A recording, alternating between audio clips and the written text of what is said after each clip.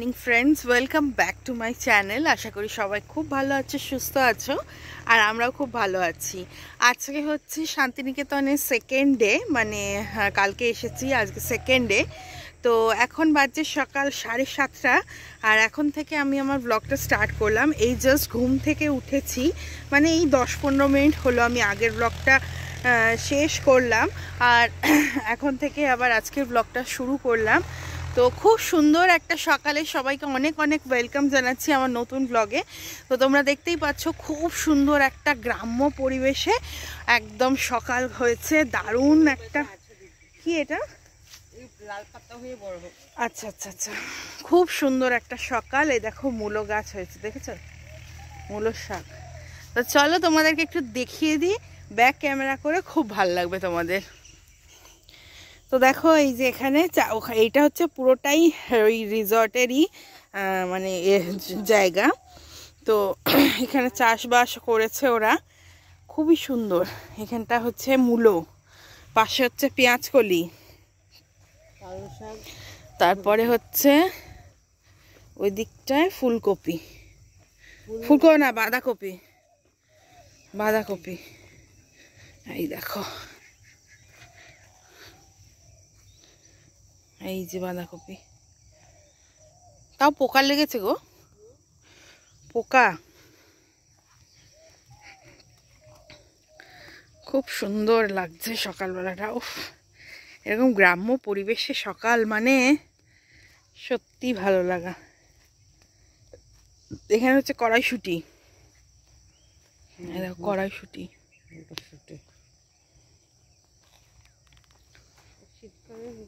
লাগানো। ওই যে টমেটো, বাবা টমেটো হয়ে রয়েছে, চলো দেখবে, আসো। এই দেখো এখানে টমেটো গাছ পুরো ভর্তি, দেখো টমেটো হয়ে রয়েছে, কাঁচা টমেটো পুরো এখনো ভর্তি টমেটো। এই যে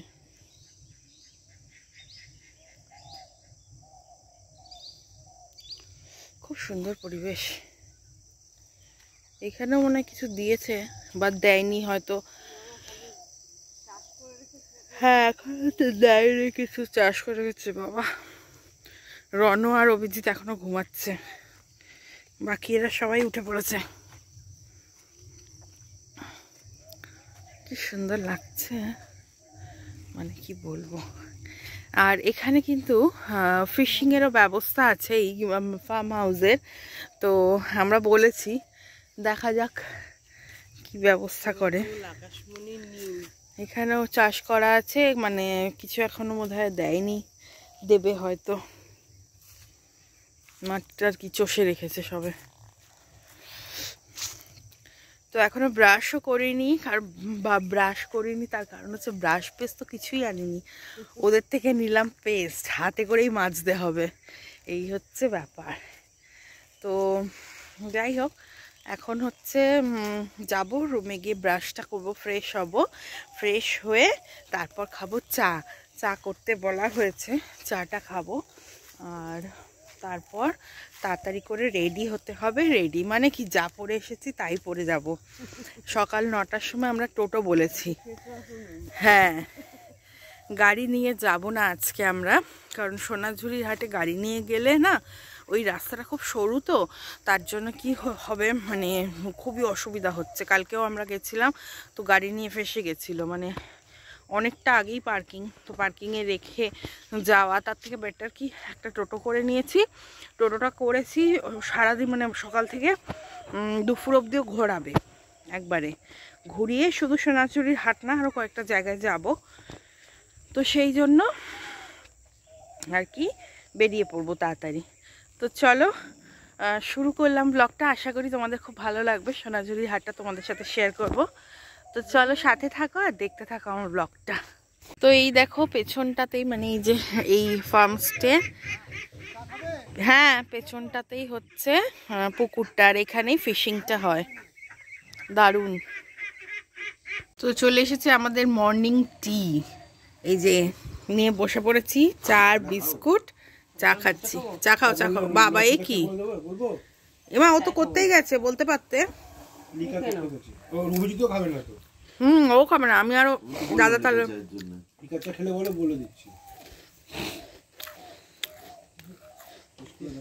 বিস্কুট খাও, বিস্কুট খাও। চা খাই। বিস্কুট খাও।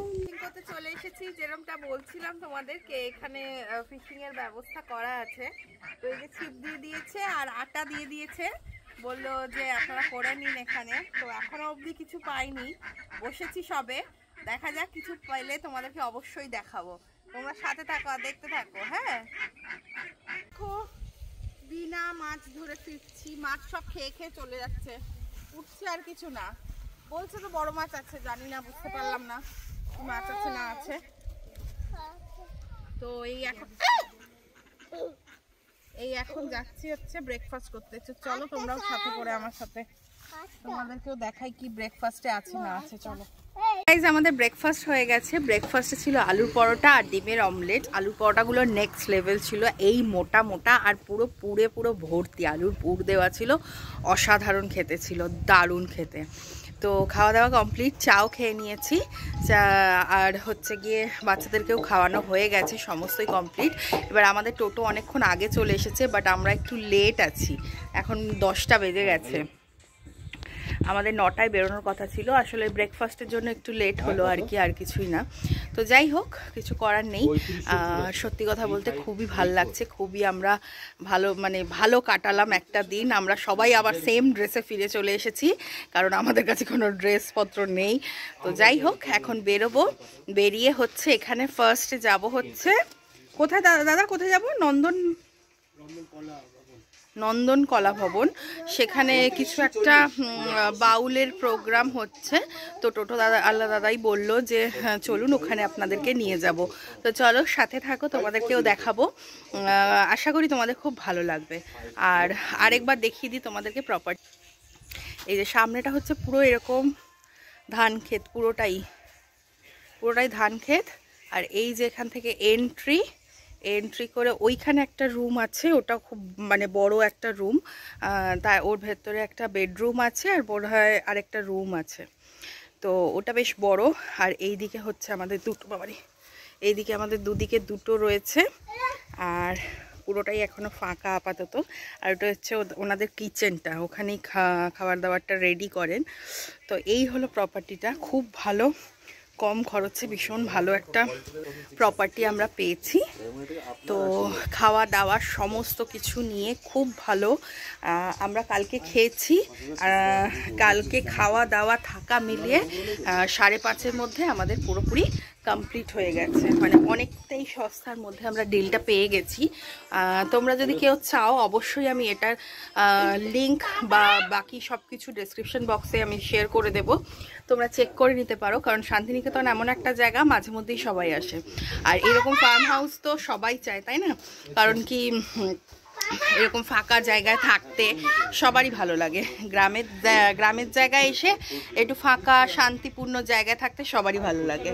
তো তোমরা যদি চাও, তোমরা অবশ্যই আসবে, খুব ভালো। আমি কন্ট্যাক্ট নাম্বারও ওনাদের শেয়ার করে দেবো ডেসক্রিপশন বক্সে, প্লাস তোমাদের কি বলে সমস্ত ডিটেলস আমি শেয়ার করে দেবো এটার সাথে। তো এই হলো ব্যাপার। আর এনাদের বিহেভিয়ার খুবই ভালো। তোমরা যখন যেটা চাইবে খাবার, তখন সঙ্গে সঙ্গে ওরা করে দিচ্ছে, গরম গরম। আমরা কালকে রাত্রি 12টার সময় ডিনার আনিয়েছিলাম, রাত্রি 12টার সময়ও আমরা গরম খাবার পেয়েছি। খুবই ভালো। ওদের হসপিটালিটি দারুণ। তো যাই হোক, চলো এবার বেরোনো যাক আস্তে ধীরে, তারপর তোমাদেরকে দেখাচ্ছি। তো দেখো, আমরা টোটোতে উঠে পড়েছি আর যাচ্ছি হচ্ছে ফার্স্টে বললাম যেরকম ওই মেলাটায় বাউলদের একটা প্রোগ্রাম, তো সেখানে যাচ্ছি। চলো।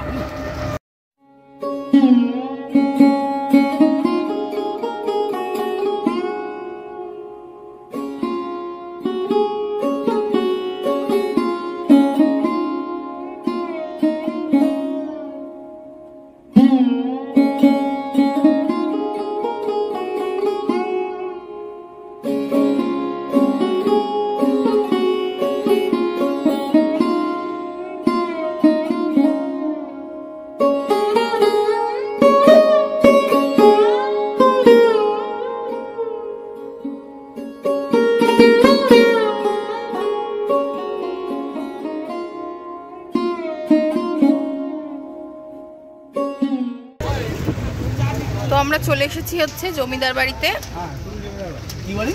সুরুল জমিদার বাড়ি। সুরুল জমিদার বাড়িতে। আর ওটা ছিল শ্রীনিকেতন, এটা ছিল সুরুল। আচ্ছা আচ্ছা, চলো নামো নামো, দেখাচ্ছি তোমাদের।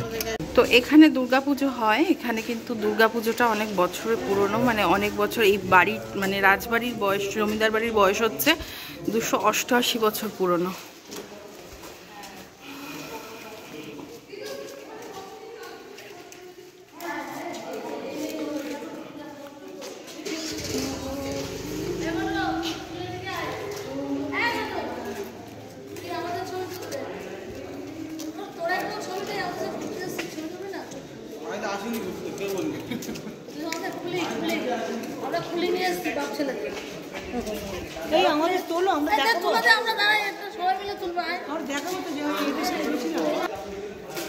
এটা হচ্ছে নাট মন্দির।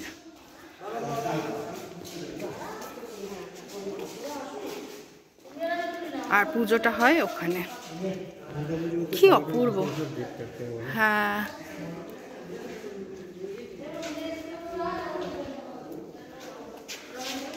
যে এখানে কাঠামোটা রয়েছে, মায়ের কাঠামো এখানে রয়েছে।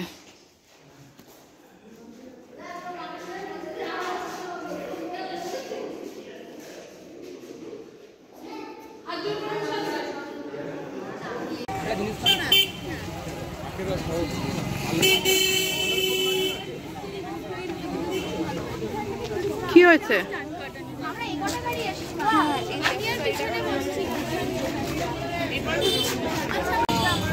কানের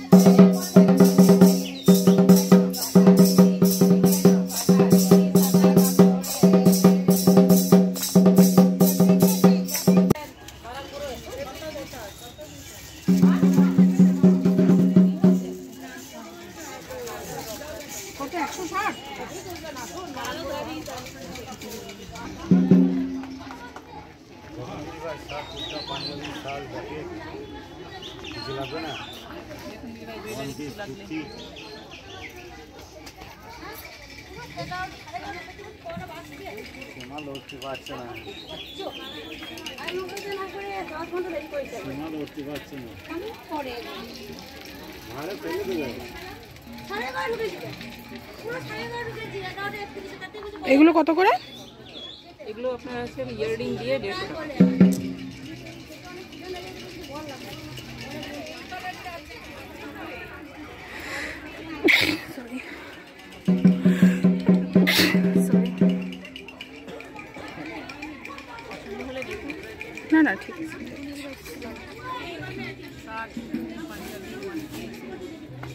এইটা কালোটা, হ্যাঁ হ্যাঁ হ্যাঁ হ্যাঁ।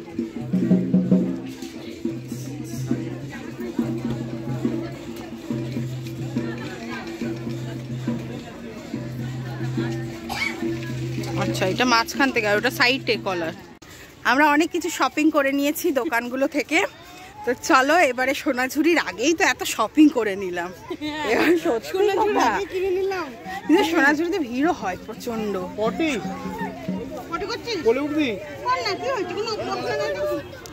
তো চলো যাই এবারে টোটো করে।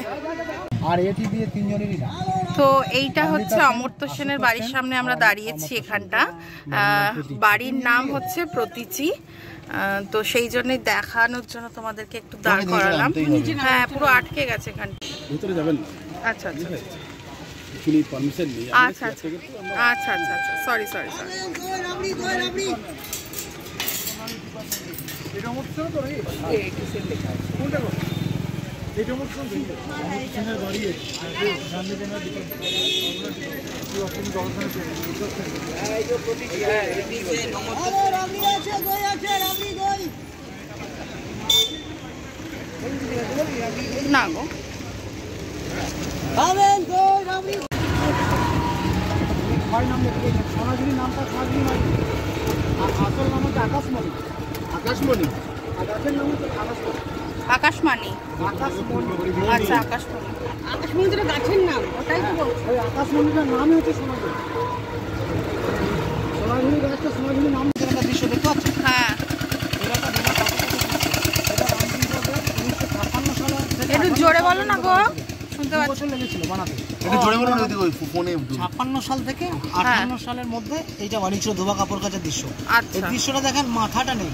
মাথাটা কেন হ্যাঁ হয়নি? হ্যাঁ হ্যাঁ। মাথাটা না হওয়ার কারণ হচ্ছে ওনার নামকিঙ্কর বেজে তখন ওনার বাবা মারা গেছিল, ওই জন্যই আপনার মাথাটা হয়নি। মানে ফিরে আসার রামকিঙ্কর বেজ, বিশ্ববিখ্যাত আর্টিস্ট যে রামকিঙ্কর বেজ করেছিলেন। এটা হচ্ছে ধোবা কাপড় কাচার একটা দৃশ্য। এটা 1956 থেকে 58। আচ্ছা, 2 বছর লেগেছে। ঠিক আছে, একটা ঝুড়ি নিয়ে একটা আদিবাসী যাচ্ছে তার দৃশ্য দেখাচ্ছে।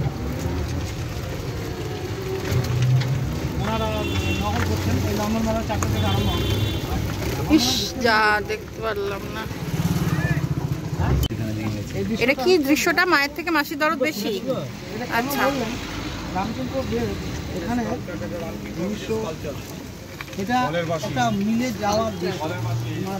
এটার নাম আর একটা নাম হচ্ছে কলের বাসি। এটা কি কোথায় যাচ্ছে? এটা একটা ধান মিলে যাচ্ছে আদিবাসীরা। হ্যাঁ। তার দৃশ্য রামকিঙ্কর বেজ 1942 সাল থেকে 44 সাল পর্যন্ত এখানে বানালেন। কীভাবে বানালেন? নুড়ি পাথর বালি পাথর মশলা করে 2.5 ফুট দূরে থেকে ছুঁড়ে ছুঁড়ে বানালেন। 2.5 ফুট দূর থেকে এইভাবে ছুঁড়ে ছুঁড়ে নিজের হাতে। হ্যাঁ। এইটা মায়ের থেকে মাসির দরদ কেন বললো? যে মাকে কিন্তু বাচ্চাটা পিছন থেকে ডাকার চেষ্টা করছে, কিন্তু যে ডাকছে কিন্তু মাসি দেখেন, একটু মাথাটা উঁচু করে দেখেন যে মাসি ঘুরে দেখছে কিন্তু মা দেখে নাই। ওই জন্যই মায়ের থেকে মাসির দরদ বেশি বলছে। বাচ্চাটাকে মাসি কিন্তু মাথা ঘুরিয়ে এরকম করে দেখছে। ওইটা মাথার বাড়ি। হ্যাঁ হ্যাঁ হ্যাঁ হ্যাঁ হ্যাঁ। ওই যে এটা অ্যাকচুয়ালি নাম হচ্ছে কলের বাসি। এটা ধরো তোলো তোলো। এটা একটা আদিবাসী পিলার আর হয়ে যাবে। পিলার এসে গেল না? একটু দাঁড়ানো, একটু ওরা বেরিয়ে যায়, একটু দাঁড়ানো। বাঁ দিকে তার তোকে বলে দিই, বাঁ দিকে হচ্ছে মালঞ্চ। মালঞ্চ কাব্যগ্রন্থের নামে উনি একটা বাড়ি বানিয়েছিলেন, হলুদ বাড়িটা। এই বাড়িটার নাম দিয়েছিলেন মালঞ্চ। যেখানে থাকতেন নন্দলাল বসু। আচ্ছা, নন্দলাল বসু না থাকতেন। পরে যেটা হয় কিঙ্কর উদয়ন, ওনার মেয়ে মীরা দেবী এখানে থেকেছেন। আচ্ছা এটা হচ্ছে একটা আদিবাসী বন্যায় ঘর বাড়ি ভেসে যাওয়ার একটা চিত্র। মানে দাঁড়াও, চুপ করো। অজয় নদী বান রেখেছে, ঘর বাড়ি সব তলিয়ে গেছে। একটু জোরে বলুন ওখানে ফোনে। অজয় নদী বান রেখেছে, ঘর বাড়ি সব তলিয়ে গেছে। যে কবিতাটা ওই যে কবিতাটা লিখেছিল, অজয় নদী বান রেখেছিল, তখন ওরা আদিবাসীরা গ্রাম ছেড়ে শহরের দিকে চলে যাচ্ছে। তার দৃশ্য রামকিঙ্কর বেজ 1938 সালে 40 সালের মধ্যে উনি একটা আর্ট বা ভাস্কর্য করলেন। চিত্রটা হচ্ছে সামনে একটা কুকুর যাচ্ছে, ওনার স্ত্রী দুটো বাচ্চা, ওনার স্ত্রী পুটুলিপত্র নিয়ে গ্রাম ছেড়ে শহরের দিকে চলে যাচ্ছেন। এগুলো সেই ছুঁড়ে ছুঁড়ে মাটি ছুঁড়ে। এটাও আপনার 2.5 ফুট দূরে থেকে নুড়ি পাথর বালি পাথর মশলা করে উনি কী দিয়েছেন জানি না, সেটা বলতে পারবো না। কিন্তু কুড়িপাতে বালিপত্র মশলা করে উনি ছুঁড়ে ছুঁড়ে এটা বানিয়েছেন 2.5 ফিট দূরে থেকে এইভাবে ছুঁড়ে আচ্ছা, এখানে ভেতরে রবীন্দ্রনাথের বাড়ি আছে।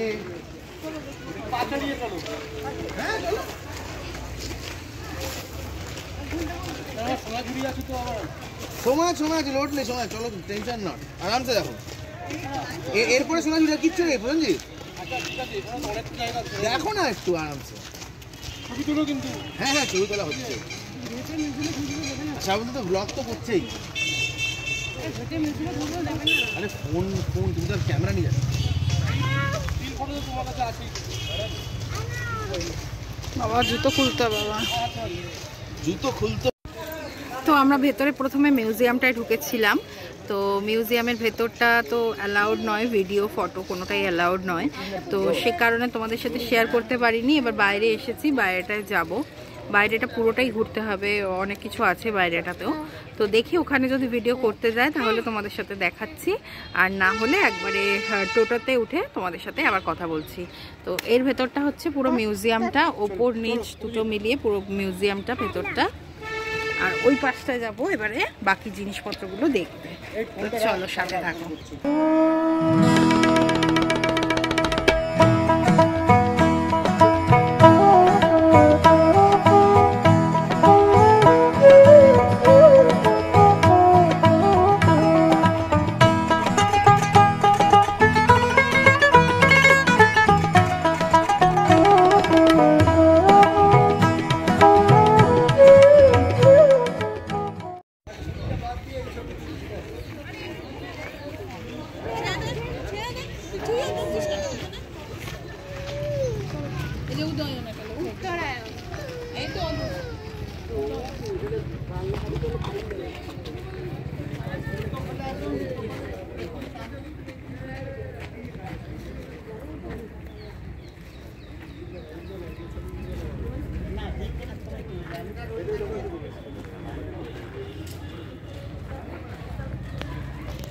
তো দেখো রবীন্দ্রনাথের বাড়ি দেখে এবার আমরা চলে গেছিলাম ভেতর দিকে, ওনার ইউজ করা যে গাড়িটা রাখা ছিল সেইটা দেখার জন্য।